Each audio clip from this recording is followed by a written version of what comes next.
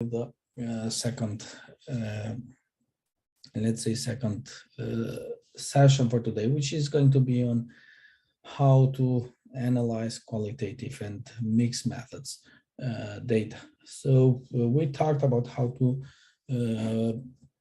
to analyze quantitative data. Now we move to qualitative data. And if you remember, one of the main differences that we said is between qualitative and quantitative data is that usually the data interpretation, when we talk about qualitative research, it starts almost immediately. So as you collect data, you start with the initial interpretations, because these initial interpretations that you're going to have as you start collecting qualitative data, those will drive actually subsequent data collection in this case, because only when we reach saturation, when the data do not bring anything new, that's where we stop collecting any more qualitative data. So as we engage in this kind of, as we called it earlier, iterative data collection and interpretation process, we must remember that although our human mind is capable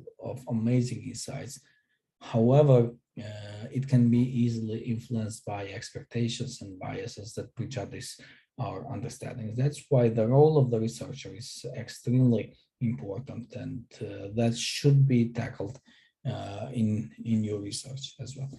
As part of this session on analyzing qualitative and mixed methods data, what we are trying to do is to describe some of the general strategies that we as researchers, future researchers, might effectively apply when we organize and analyze qualitative data. We'll also explain how qualitative data analysis is typically iterative, spiral-like process. And we'll also explain what the term research as instrument means in qualitative research. This is what I talked earlier about the role of the research. And we will discuss what kind of implications the role of the researcher has for the process of data analysis. We'll also identify some appropriate and efficient approaches on how we can analyze data in a mixed methods study. And we will, in the last part, explain also how we might conduct a systematic review of qualitative and mixed method studies with regards to a particular topic. So when we discussed quantitative designs earlier, so we talked about data collection, data analysis, and data interpretations, which are three separate steps in the process of research project. And when we talk about mainly qualitative designs, they are in quantitative research, all these steps, as we saw, were, let's say, separate. With data collection, we saw earlier data analysis, and then in the end come data interpretation. In qualitative design, these are intertwined, so they do not happen, let's say, separate. Not only, let's say, data analysis and data interpretation that do go hand in hand. However, as I said earlier, even the data collection process, let's say,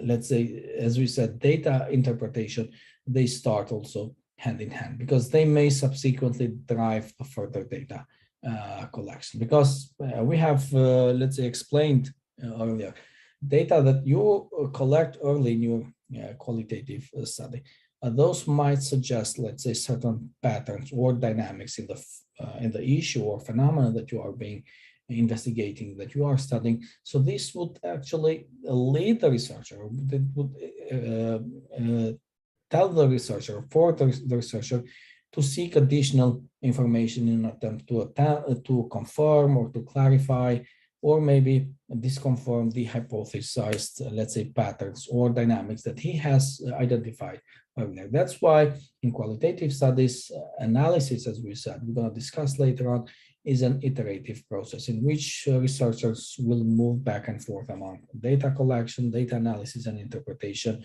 where initial analysis and interpretations do lead or drive a larger or later data collection in the process of data in the process of research. On the other side, when we talk about also when we talk about the let's say the strategies for analyzing qualitative data, as we have seen, those are less prescriptive than those for analyzing quantitative data. So as we have seen, those tend to rely heavily on inductive reasoning process. So we have discussed it earlier. Quantitative research is deductive, qualitative research is more inductive. So we use qualitative research to generate theories, quantitative research to, let's say, test theories. Because with quantitative research, we have the hypothesis, and then what we do, we collect data to test the hypothesis. In qualitative research is the opposite. So we collect data to achieve a particular conclusion or to generate a hypothesis, and then use quantitative research to test that particular hypothesis that we have generated by using qualitative research. So as we said, qualitative research mainly do rely on inductive reasoning process. So the researcher observes, let's say, few specific situations, events, and then from them he imposes specific meanings. So by coding them in some way, and then he draws conclusions about a more general state of affairs with regards to that particular phenomenon and issue. So this shows that the qualitative research has more flexibility and is more open-ended, especially when we talk about the data analysis strategies, because it has particular benefits, of course, because you can yield insights that might not come to light any other way. But on the other side, it has particular difficulties because it makes it extremely difficult for the researcher to analyze data with a total objectivity, because there will be some subjective interpretation from the researcher. That's why we're going to discuss later on. It's important to discuss the role of the researcher as an instrument in this research process. However, when we talk about qualitative analysis strategies, there are particular strategies that we can use for the process of organizing the data as well as analyzing the qualitative data. And the first one is to convert the data into one or more forms that will be easy to organize and analyze. So if you have, let's say, audio tape interviews, it's hard for you to do the analysis. What we do, we simply go and transcribe everything in the interviews. This is what I did. So I had like 40 interviews, and then I had to verbatimly transcribe each of them. I know it's time consuming because, let's say, I've had interviews that have been for 2 hours, and then you have to sit and listen to that and then type it down. But that's the only way let's say, you can convert the data into a form that you can later on, let's say, analyze. Some of the softwares that use nowadays, I have used atlas.ti. They make it easy to also the transcription process, because you can transcribe them. Also, they have a special feature, these softwares, that allows you to do the transcription itself. Also, in this, let's say, the second strategy that you can apply is to organize the data in a preliminary, superficial way that will help you to locate them easily as you proceed. So let's say if you do a case study, the initial, let's say, organizational scheme might involve, let's say, putting notes about various incidents and events in chronological order. If you do an ethnographic study, what you can do is you can, let's say, sort electronic documents into desktop e-folders and then have different labels like field observations, interviews, and articles. It depends from the researcher. How you organize it depends on you. However, you should organize them in a way that later on it's easy, for you to, let's say, to locate them. I had different folders, let's say, on my own. So I had the transcription, I had the interviews, I had also the videos, for example, if I had, or the interviews in a in an audio form. So it depends how the researcher himself or herself does this kind of organization. However, it's important that you do organize them. So this will help you later on to easily locate them when you will need.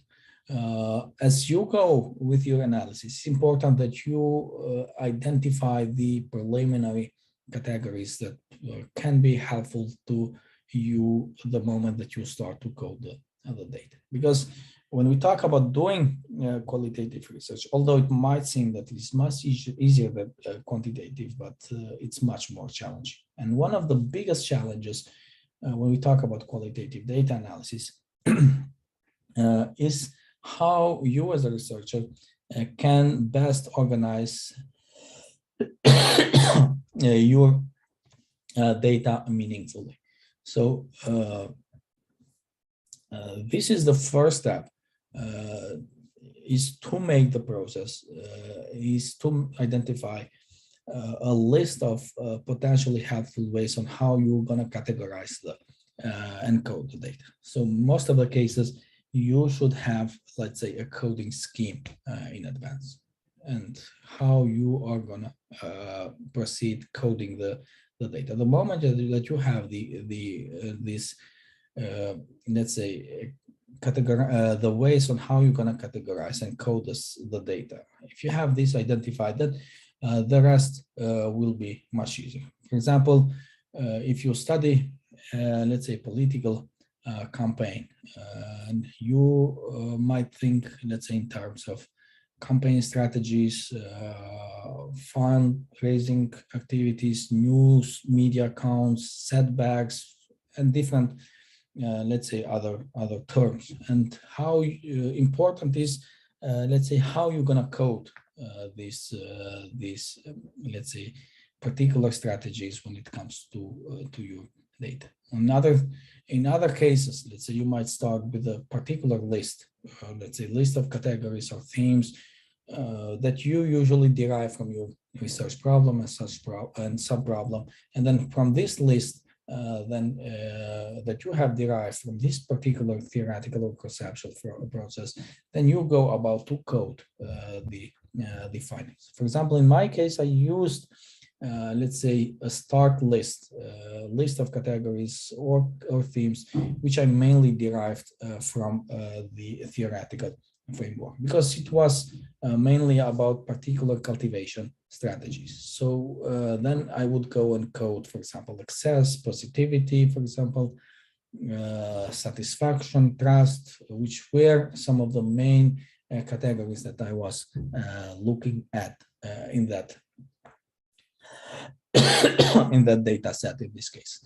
Another strategy that you can apply as a researcher is to start to divide the data into meaningful units that will be then individually coded. And this is usually important when we talk about some qualitative studies where there are meaningful units that you can code it. And these are actually clear cut. You can easily code them. So this might be true when, let's say, you would like to study paintings, TV commercials, or let's say specific movements when we talk about classical music. However, when we talk about verbal materials like interviews, lengthy written works, in these cases, you will need to break down the data into small segments, and then individual phrases or sentences, paragraphs, and then you code them separately. So that's why it's important that we do this division of the data into meaningful units, because the moment we don't do this, it will be extremely hard to code them later on. So once you have done this division, it's important that you apply the initial coding scheme to a subset of the data. So usually what you do, this actually resembles the pilot testing that we do. So you pilot test the list of codes to determine whether it will adequately capture the multi-dimensional meanings that the data hold. And this pilot testing is likely to reveal particular weaknesses that this coding scheme of yours might have. So what it can be the coding scheme can be too vague to enable consistent and reliable categorization of data. It might reflect overlapping of ideas. It can also be too item specific in order for you to make generalizations about the data that you have. And then this coding scheme can omit certain themes that appear to be important in the overall data set. So in the data set, there are particular themes that are extremely important, but you fail them to include in your coding scheme. So it's through this pilot testing where you can uncover that actually those particular themes are missing, and you can include them in the later stage. Next, what you need to do is you have to construct a file. Once you do the pilot test, you construct a file, a list of codes and subcodes, and then define each code and subcode as specifically and concretely as possible. The moment you do this specific definition of both codes and subcodes, you can easily then go and code them within, let's say, your text or whatever you are analyzing. And next, what you need to do is you have to consider 2 or more raters to code the data independently. So you give this coding scheme that you have, and then you give to 2 or more, let's say, raters that you find, and you see whether they're gonna do the same coding as you did. Because when only one single researcher does code the data, it's all too easy for the researcher's expectations and biases to influence the codes which he has assigned to each piece of data. So if you would like to minimize this particular influence, you as a researcher, what you can do is you can ask 2 or more people, can be your colleagues, to independently code the data. So this is what we talked earlier about when we talked about inter-rater reliability. So this is the extent to which 2 or more individuals will provide identical judgments. So the moment that these 2, 3 individuals that you have chosen to do the rating, the moment they do the same coding, that means that your coding scheme actually does the job in this case. So when these 2 individuals consistently rate the great majority of the data in similar ways, you as a researcher to document the reliability of your coding scheme, but that can also help you enhance the reliability of the results that you, in a way, have obtained from your research. And when you use 2 or more raters, you as a researcher, you can use some particular strategies that can help you to enhance this inter-rater reliability of the final codes that they have been assigned. What you can do is you can include concrete definitions or let's say significant characteristics of each of these codes. You can also provide training and practice in applying the codes to samples of data to those raters. If necessary, you can also revise the final list of codes or definitions if you would like to address ambiguities. And then after these raters have independently coded the data, you can discuss with them and reach agreement about any inconsistently rated piece of data that actually might be different from one rater to the other rater. Next, what you need to do is to identify actually noteworthy patterns and relationships among the codes. So you have to look for patterns and relations or relationships among the codes that you have. So you might discern common themes that underlie many, let's say, of these experiences of the participants. So also, while you look at the data, there might be other patterns that might emerge as well. So you might identify some new issues which you had not identified earlier. That's why some patterns and relationships within the data might be readily apparent early in the analysis, and some others might come to light only after all the data have been coded. That's why it's important that we do emphasize the fact that in qualitative research, data analysis is often a back and forth process. So the moment that you think additional data might be needed, you go about and collect the data. In the next step, you should also be alert of exceptions, tensions, as well as contradictions that you might find within the data set. This is something that you have to in a way, let's say, to look at. I had a case, for example. Because as part of my my research, I was studying also how much Albanians trust the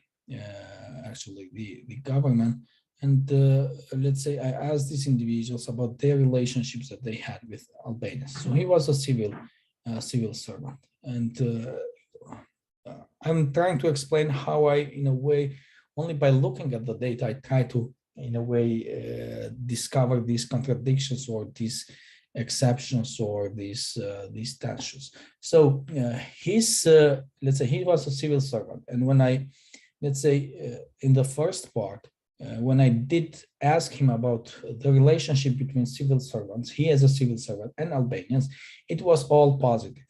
He when I, at the end, asked him on the relationship that how much, for example, he thinks that Albanians, in these cases, trust the government, and how much he thinks that Albanians are satisfied with the government, his analysis was negative.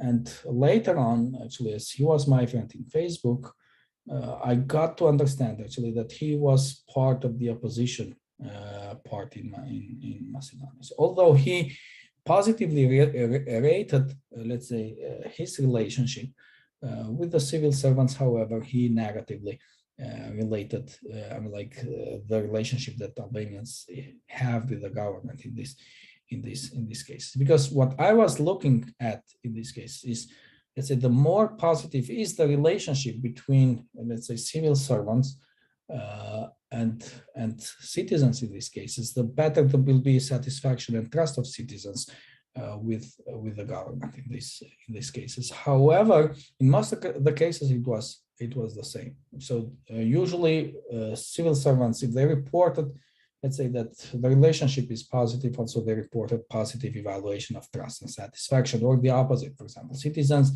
they evaluated, let's say, excess, transparency low. At the end, also satisfaction and trust was also low. This was the only contradiction in this case. So that's why you will have to always be alert of exceptions, tensions, and contradictions within your data set, and try to, let's say, uncover them. So because this is the nature of the data. And remember, the goal of qualitative analysis is not necessarily to achieve a single truth or one answer. However, it's more, let's say, explorative. So you will need to uncover multiple meanings and experiences from the data that you have. And in the last step, what you will need to do is you will have to interpret the data in light of your research problem and question. So this is the same what we do with the quantitative data. So you should also here never forget that the reason for conducting your study is to address a particular problem or question. So the findings that you have at the end, you should relate them back to your main research problem or research objective that you have had in the beginning of your research project. As we said earlier, we said that the data collection process in qualitative research is more of an iterative process, and Creswell has described it as a data analysis spiral, and this in a way helps us to give a perspective to qualitative data analysis. So this approach means that you go through these data several times by using these main steps. So you organize the data by using, as we said earlier, index cards, different folders. You can use also computer database. We said earlier, you can do the analysis as you find it more comfortable and suitable to your research project. So you can break down large bodies of text into more smaller units, maybe in the form of stories, sentences, even individual words. In the second step, what you do is you peruse the entire data set several times in order to get a sense of what it contains actually as a whole. And in this process, you jot down a few memos that suggest possible categories of interpretation. It's important that you take or you jot down these memos. This software that I used actually, it was quite helpful as it allowed you to create memos while you even do the transcription. So when you transcribe, you find something interesting that might help later on in the process of reporting your data. You can create a memo. For example, if you see a particular pattern, if you see an interesting finding, you simply create a memo. And then this memo, you can easily track down later on when you're going to report the findings, because that's how our mind is. So you simply at that particular moment might have seen that particular detail. And if you do not record it, do not put it down, later on you might simply forget. That's why in the process we let's say we do this particular moment. In the past, I don't think nowadays someone does that, but if the data are in a paper form, we can simply write comments by using those post-it notes in order to, in a way, capture your preliminary thoughts for later on. In the next step, what we do, as we discussed, where we identify the general categories and themes that we would look at when we do analyze the data set. Maybe in certain cases, we might have even subcategories, sub-themes as well. And then what we do, we need to classify each piece of the data according to these themes or to this data set that we have. And in this stage, what we should do is should be getting a general sense of patterns. In this case, what do the data in our case mean? And then in the last step, what we usually do, and this is something that we're gonna talk in the last session today, is we will need to integrate and summarize the data for our readers. So what you do, you offer propositions actually or hypotheses that describe the relationships among the categories. However, we cannot infer cause and effect relationship with qualitative data. So we simply provide offerings or hypotheses, which later on, maybe if you use a mixed method guided by qualitative, then followed by quantitative, you can test a particular hypothesis. That's why it might also involve packaging the data into an organizational scheme.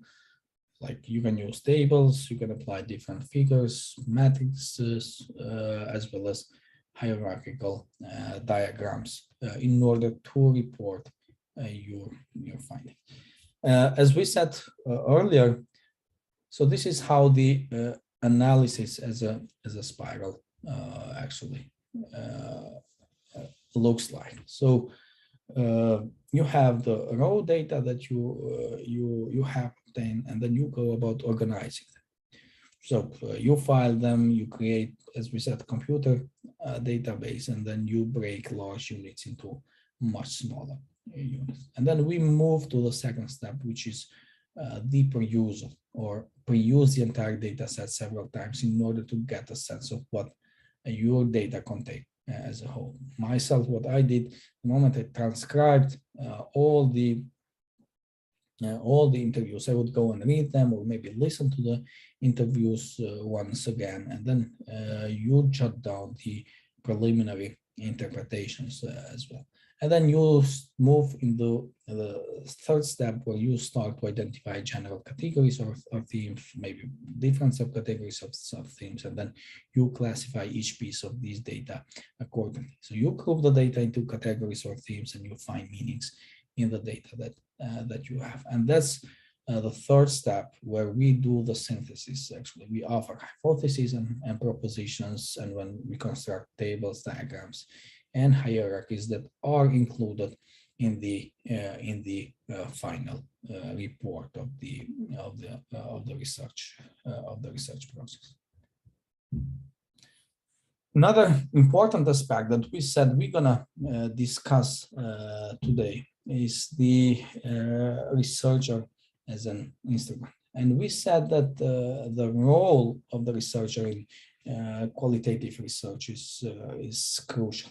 That's why it's important that we do acknowledge his role. So any research study will require that the researcher make important informed decisions on how they're going to do the data analysis.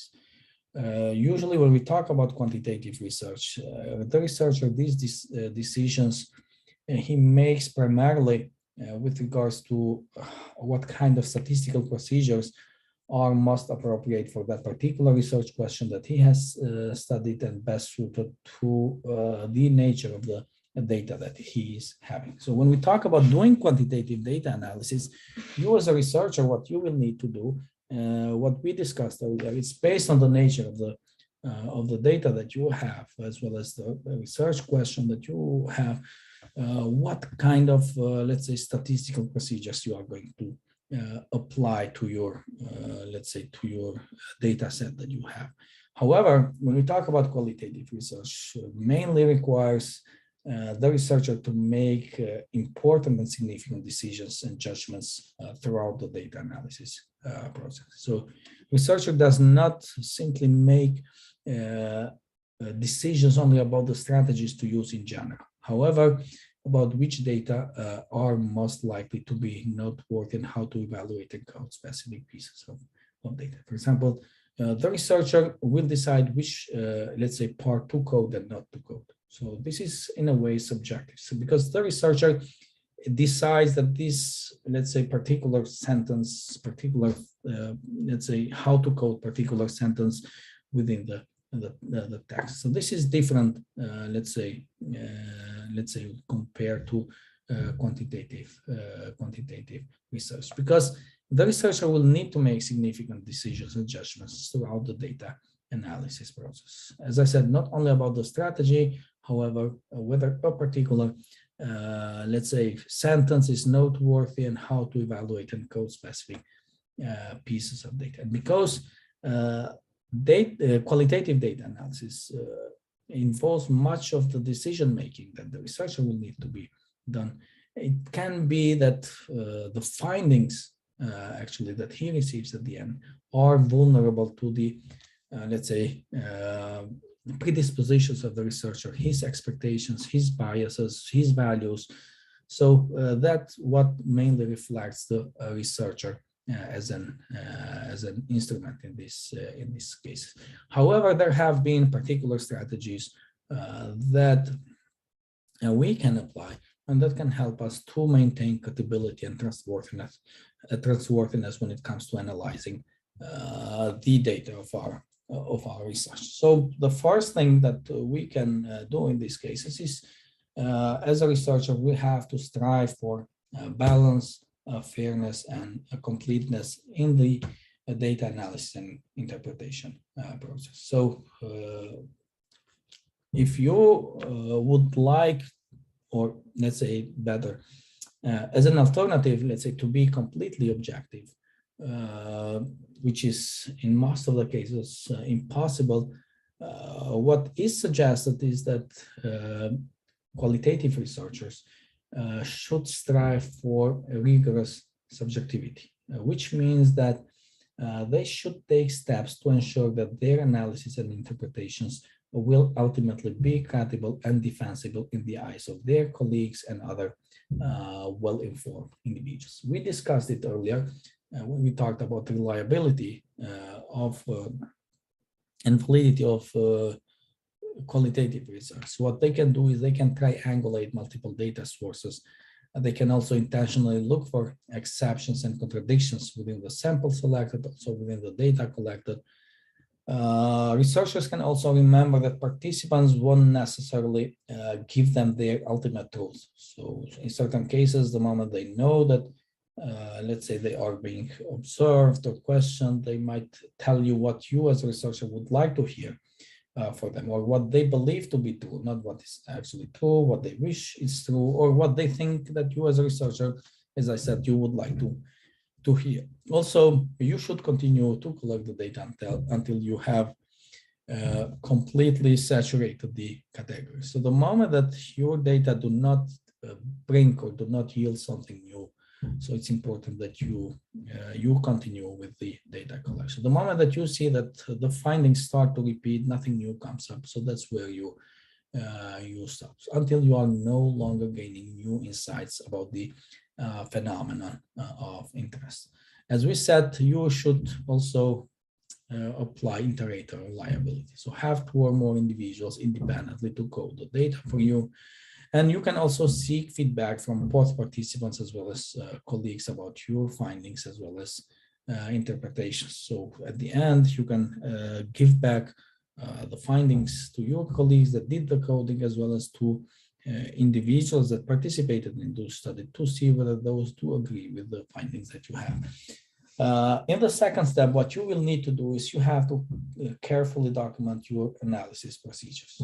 This is something that I did as part of my PhD thesis. So you have to document everything with regards to how you have done the analysis. So you will need not to only describe the specific analysis that you performed, but you will, in case you have used a software, you will need to specify that as well. So you will have to document and defend every step that you have taken along the way. How an initial list of codes was identified, how and in what ways the list was modified for final coding, and how raters actually were trained to code the data reliably, and how the raters might have resolved discrepancies in their judgments in case actually there have been discrepancies between the raters when it comes to, let's say, using the same coding scheme. And in the final report, you have, as a researcher, be upfront about your personal bias. So if you think there have been particular personal biases, you should, let's say, report them. So credible qualitative researchers, so they usually do not claim that they have approached a project with complete objectivity. So you will have to carefully look inward, reflect on, and then describe possible beliefs, expectations, cultural values that might have predisposed them to interpret the data in a particular way. And with this knowledge, those that will read your final report, they can better value your report and then evaluate the credibility of the findings and interpretations. Because if you do not provide this, let's say, these personal biases, they might think that the findings are as a result of the data that you have, and actually the interpretation can be as a result of the personal biases that that you might have had as an individual in these cases. When we talk about analyzing and interpreting mixed method data, these strategies that we can apply in these cases do in a way change or are different and depend on the general design of the study that you are going to have. However, one particular decision that researchers will need to make early in the game when they decide to use let's say mixed methods data is before they collect the data, they will need to identify whether they will give qualitative data and quantitative data equal weight in drawing the conclusions. Because, for example, I have done quantitative and qualitative data. However, I have given more weight to quantitative data in these cases to draw conclusions. Mainly, I have used qualitative data to, in a way, to explain particular, let's say, particular findings with regards to what I found in quantitative, let's say, a survey questionnaire that I did earlier. Or what the researcher will have to decide is to give higher importance to one form of data over the, let's say, the other, which was either you equally use both of them in let's say, drawing conclusion, or you give more importance to one compared to the other, which is usually in most of the cases more importance is given to quantitative data compared to qualitative data. However, when we talk about data analysis in a mixed method study research project, there are three, let's say, that would include, let's say, particular steps. However, three of the four steps is something that we usually find in this particular studies. And the first one is actually condensing the data. So we have discussed it earlier. We as humans, we can think about only so much at any single point of time. So it's not that our mind can, let's say, capture everything. So we trying to consider every single data point separately as we look at the data. We cannot do it. That's why we will need to separate, to boil it down to more compact entities, so you can, let's say, we can easily handle it instead of, let's say, handling them at once. That's why when we talk about quantitative data, condensing might involve, I don't know, you start by doing descriptive statistics first, like you calculate means, medians, maybe standard deviations, the ranges, or even correlation coefficients. And then when we talk about condensing qualitative data, what we can do is simply you inspect the overall data set. So in this case, you get, let's say, initial ideas on the general themes or potentially useful codes that you can apply to your coding scheme in this case. Next, what you can do is you depict general patterns in which in the data in ways that can help you to get a quick visual inspection. So, for example, when we talk about quantitative data, you can do them or represent them in graphs, in statistical tables. So this way, you can look much better for patterns to interpret the data. Qualitative data might be, let's say, reported or depicted in diagrams, different matrices, hierarchical taxonomies, which you can use to, let's say, get a general picture of different patterns that you might see in the data set. And then once you have this, you depict these general patterns in the data, what you can do is you can transform qualitative data into quantitative entities. And this is an optional step, which you can decide to skip and move to the fourth step. Usually, mixed method researchers, they transform quantitative data into a qualitative form, maybe a general narrative. However, the transformation into the other direction is much more. Usually what we do after we have coded, let's say, discrete elements within our data, what the researchers usually can do is they count instances of each of these codes. So, for example, they count how many times actually that particular code appeared within that particular data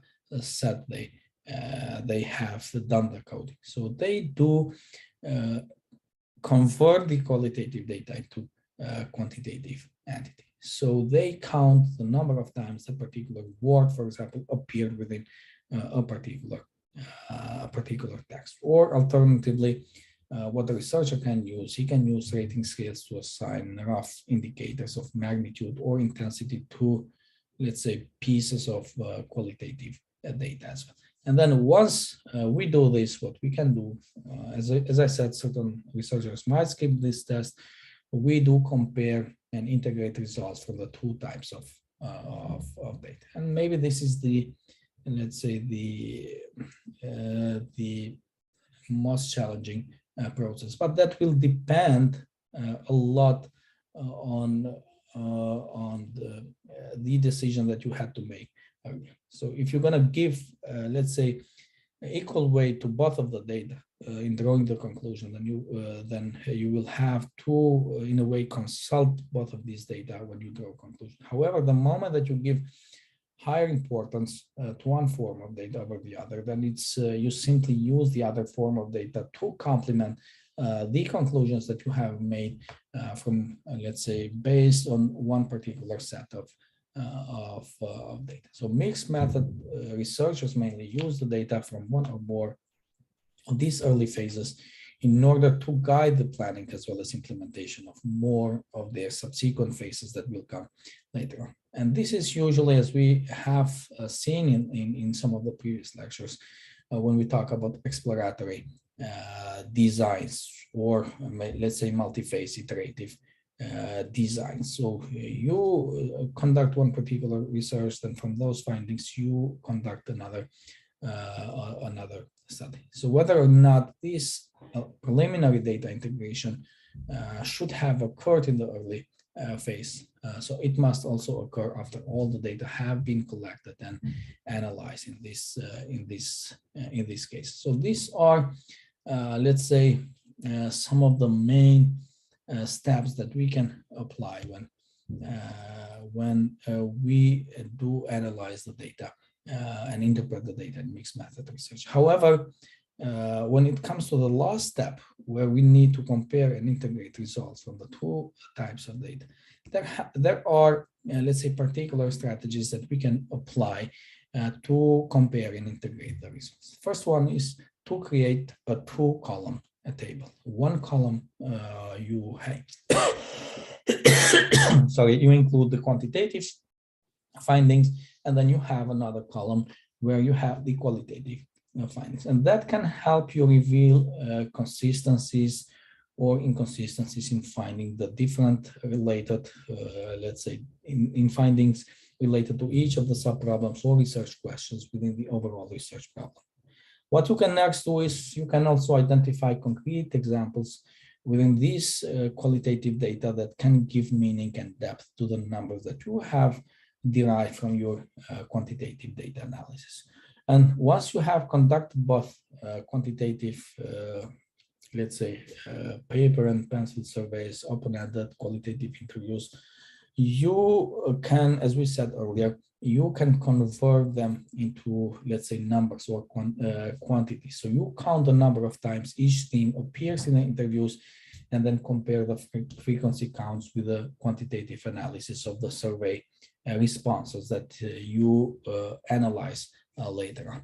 And then what you can do is you can divide participants into two or more groups based on particular demographic variables. You can use age, you can use their gender, political party affiliations as well. And what you can do is you can do a statistical comparison of the frequencies of various codes or themes that appear within the qualitative data for each of these groups.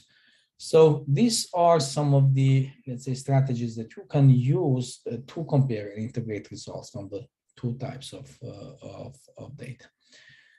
When we talk about the case when you as a researcher, you would like to consolidate the results of many of your quantitative studies that are related to a particular research problem. As we saw earlier, the researchers might decide to do, let's say, a meta-analysis. As we said, a meta-analysis is statistical analysis of all of the studies' individual statistical results. So you do a statistical analysis of the statistical results, and when you do meta-analysis, you would like to discern general trends in the findings. There is, let's say, a particular alternative compared to the meta-analysis for qualitative and mixed method studies, and that is what we call a systematic review. So when we do a systematic review, the research reports, rather than individual people or other individual entities, are the objects of the study. So the review is systematic in the sense that What the researcher does in this case is he tries to identify and implement an explicit rigorous method on how he is going to select and analyze the report. So what the researcher can decide in these cases is he can conduct an extensive search for studies that are related to that research problem. He can evaluate the quality of each of these reports. So he would like to see whether rigorous methods have been used to collect and analyze the data. He can also code the contents of the reports for key data, maybe concepts, themes, other theories, or he can perform one or more meta-analysis of any of these statistical findings which are reported in these studies. So this is actually how we can apply systematic reviews of qualitative and mixed method studies. So as I said, research reports and not the people or other individual entities are the object of the studies. So the researchers that do conduct, let's say, systematic review, they are likely to conduct an extensive research or search for the studies that are related to that research problem. Next, what they do is evaluate the quality of each of these reports, and then if they find any particular report that, according to them, has no credibility, does not fulfill their quality standards, let's say, they can give less credence to certain reports or even exclude from this systematic review. They can code the contents of the reports for key studies, concepts, themes, or let's say even theories. And they can also perform one or more meta-analyses of any statistical findings that they have reported in other studies. So this was all with regards to qualitative data analysis.